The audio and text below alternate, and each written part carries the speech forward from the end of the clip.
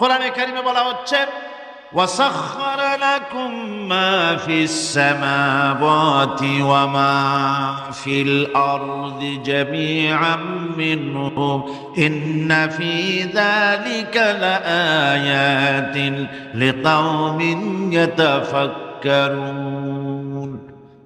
আকাশ ও পৃথিবীতে যা কিছু আছে তা সব কিছুই আল্লাহ রাব্বুল আলামিন মানুষের তো করে দিয়েছেন। যেভাবে পারো সেভাবে তাকে কাজে লাগাও। সমস্ত জিনিসকে আল্লাহ পাক মানুষের অনুগ্রহ করে দিয়েছেন, তার খেদমতের জন্য, তার কাজের জন্য তৈরি করেছেন, মানুষের কাজের জন্য। সাখারা শব্দ দিয়ে বোঝানো হয়েছে সকল বস্তুই মানুষের অনুগত, মানুষ যেন তা দিয়ে তার নিজের কাজ সম্পাদন করতে পারে।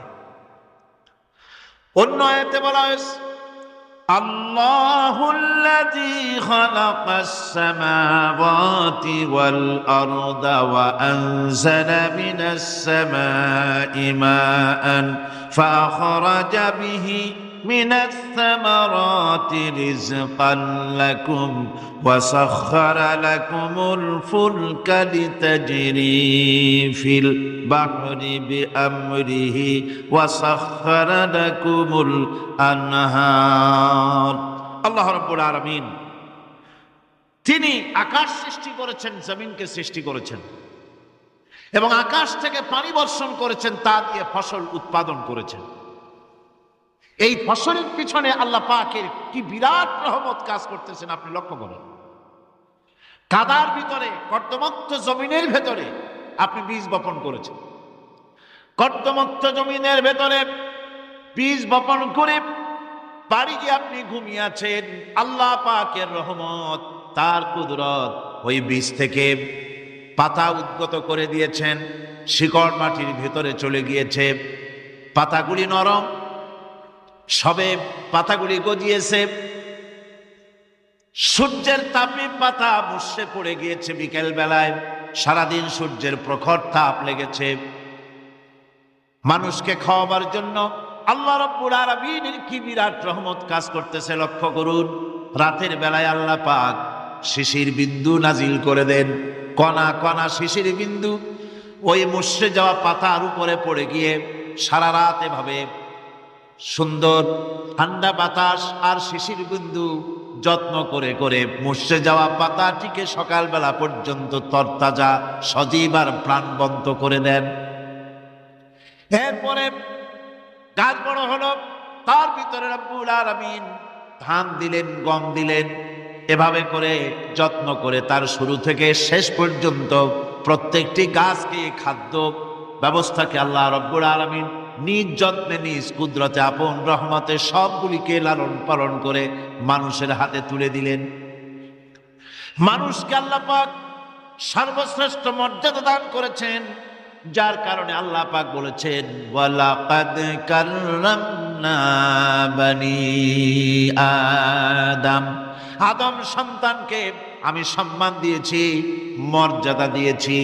আর সেই মর্যাদা দেওয়ার কারণে যত খাদ্য তার সামনে পেশ করেছি, আল্লাহ পাক আপন রহমতে সব খাদ্যগুলিকে প্যাকেট করে বান্দাদের সামনে হাজির করে দিয়েছেন। কোনো খোলা খাবার দেওয়া হয়নি, কারণ মানুষ হচ্ছে আল্লাহ পাকের শ্রেষ্ঠ মেহমান, মর্যাদা সম্পন্ন প্রাণী, মর্যাদা সম্পন্ন মেহমান এই মানুষ। তার সামনে কলা দেওয়া হলো কভার করে, প্যাকেট করে। আনারস বলেন, আম বলেন, কাঁঠাল বলেন, যত রকমের ফল আল্লাহ পাক দান করলেন, বেদানা বলেন, আপেল বলেন, সমস্ত ফলগুলিকে, খাবারগুলিকে আল্লাহ পাক প্যাকেট করে করে আপন রহমতে বান্দাদের সামনে হাজির করে দিয়েছেন। তার এত দয়া, তার দয়াই আকাশ থেকে বৃষ্টি হয়, সেই বৃষ্টিতে ফসল ফলে। তার দয়ায়, তার রহমতে তিনি পানি মানুষের আয়ত্তে করে দিয়েছেন। এই পানির উপরে জাহাজ পরিচালনার জন্য আল্লাহ পাক সুযোগ করে দিয়েছেন।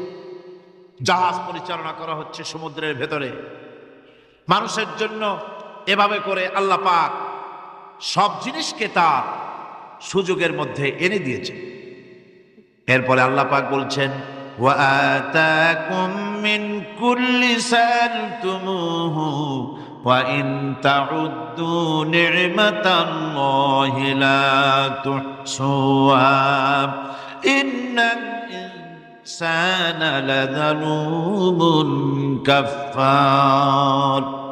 আল্লাহ পাক বলেন, তোমাদের প্রতি আল্লাহ পাকের দয়া, তার রহমত, তার করুণা এত বেশি, তোমাদের সকল চাহিদা তিনি পূরণ করেছেন, কোনো চাহিদা বাকি রাখেন নাই। আমাদের চাওয়ার আগে আমাদের যা কিছু প্রয়োজন আল্লাহ রাব্বুল আলামিন সব সাপ্লাই করেছেন। জোরে কোন সুবহানাল্লাহ।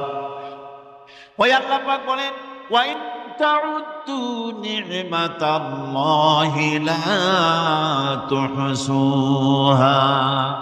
বান্দারে, আমার নিয়ামত যদি গণনা করো, গুনতে গুনে গুনে গুনে আমার নিয়ামতকে গুনে শেষ করতে পারবা না। এত অসংখ্য নিয়ামত ছড়িয়ে ছিটিয়ে রেখেছি বিশ্ব জুড়ে, সর্বত্র সব জায়গায় আমার করুণার ছোঁয়া তোমার চোখের সামনে পড়বে।